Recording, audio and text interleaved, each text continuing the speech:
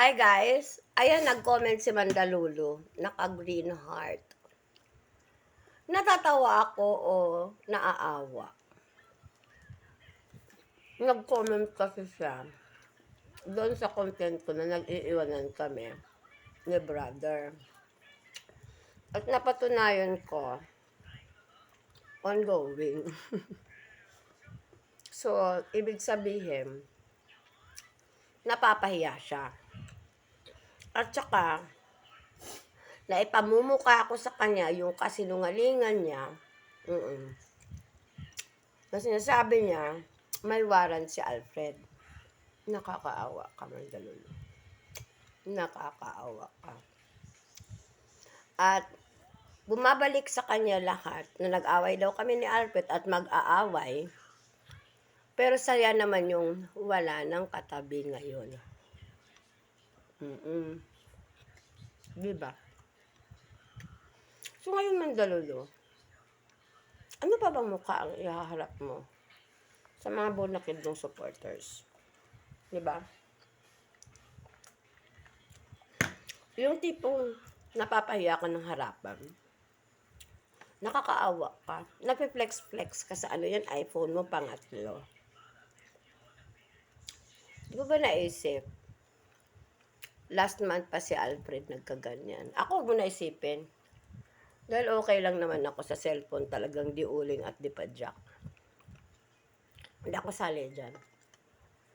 Kahit bibigyan mo akong iPhone, hindi ko pinapanggap. Dahil bakit? Hindi ako marunong gumamit. Ayoko yun. Kahit nga Mac Air MacBook. Ayoko yun. Maganda din naman ang laptop. Ako maka-Apple na kagaya sa'yo, nakikikinain na nga lang, nag-a-apple-apple pa. At yung mga bunakid mo mga supporters, nagsasabi pa, maiinggit si Canadian Bayot. Mandalulu, maayos ang pamilya ni Alfred. Ang iyo ba? Kasi kami ng anak ko, Bibin, dalawa lang naman kami since birth. Ang sayo, ano nangyari dito sa bunso mo? Anyway, nakakaawa ka. Ang sarap ng palutpot na, alam mo yun, ito,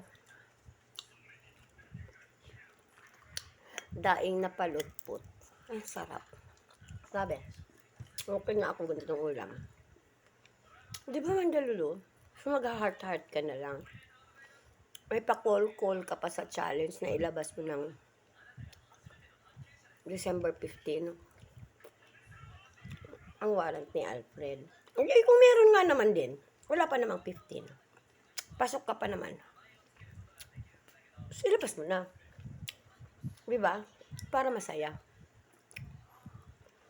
Sabi, umuwi ka na dito, may 2 warrant ka.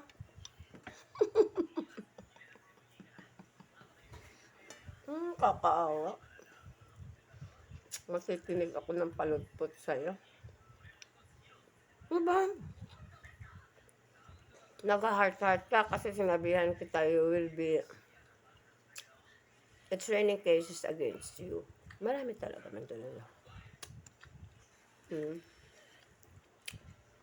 At saka hindi, maraming nagme-message sa amin na may marami ka din palang binalahura. So, yung nasasabi ka, ako ang bully. Kaya daw, kinasahan mo ako. Di ba sinabi mo yan? Then, patunayan mo ngayon. Bakit may maraming magkaso sa'yo? Aside from us, dalawa kami. So, ano ginagawa mo? Diba? And mind you, baka paalalahanan kita, private citizen si Trililing. Private citizen si Falsis. Nandun na tayo sa public figure doctrine, pero wala ka pa rin karapatang magmema ng ganyan. Diba? Masyado ka kasing nagmamagaling. Ako pang sinasabihan mong bobo kasi. So, anong tawag sa'yo kung bobo na ako sa lagay na to?